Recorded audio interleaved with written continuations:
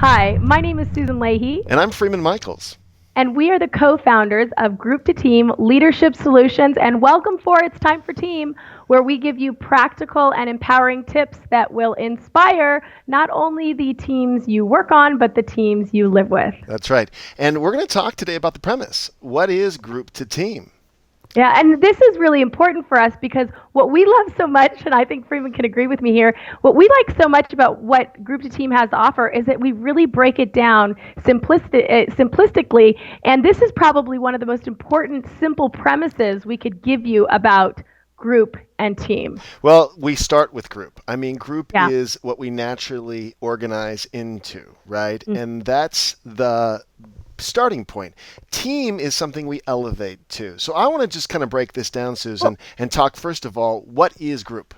But let's just do this. Let's even be more simplistic. Let's let them know that the premise is that there are only two options. Right. I mean, this is Right. it. You're everything you do, you think, you say, you feel is either propelling you into group or it's propelling you into team. Yeah, well, that's true, and we become aware that there is team. I think a lot of people have moments where things kind of click and they feel connected and they experience a team sort of energy. But the Yeah. challenge is they don't know how to capture that. They don't know how to generate that and create that in their lives. And Right. so what they're doing a lot of times is they're organizing into groups, thinking it's team, calling it team, but only having short little moments or glimpses of this greater possibility that we Yeah. call team. Well, and the one thing that we know is that saying you're a team does not make That's it right. so. That's right. And that, team is one of the most overutilized words that there is on the planet. And so what we love so much about this premise is it really gives you a way to check yourself individually because it's that sense of before you say something or before you do something or before you act, you could really ask yourself, is this moving me in the bucket of group, putting me more into group, or is this really putting me into team? And I think it's such a great self check. It is a self check. Well, it's a constant check because it's a commitment that we don't make once, like, oh, we're going to be on a team and then it's done. What we say is group is your default setting, and Yeah. that's where you're connected to your self interest. We have something we call microgroups where you have these small groups that have an interest that's theirs, that they're locked into, Hmm. kind of a dysfunctional interest, and you don't have this broader perspective. So from when you're in group, you're caught in patterns, and Yeah. that's okay. It's just a starting point.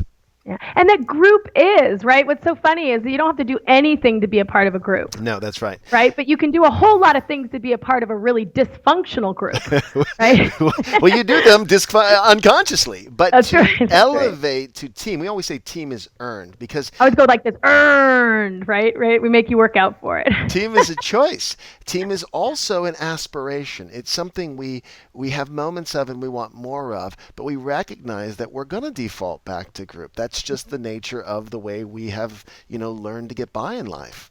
Yeah, and it's how quickly do I, when I revert back to, and I do throw one of those behaviors into the group bucket, how do I catch myself and really get conscious to start throwing some of the behaviors into the team buckets? I love this concept because it's simple. This premise is that there really are only two options. Literally, Freeman and I in our trainings, we bring buckets into the room, we give We everybody do. balls, we start identifying some of these behaviors, and we get people to throw their behaviors because what we need to realize is you're either throwing team out into the universe or you're throwing group out into the universe. And if it can't come through you, it can't come to you. So I want to take a minute because we have 1 minute left just Okay. to identify some of the behaviors. So the group Yes. of behaviors are being strategic, avoiding risk, trying to convince people, playing it safe, getting the last word in. Those are Wait, some, these are the group behaviors. yeah, group behaviors, Yeah, yeah, characteristics of absolutely.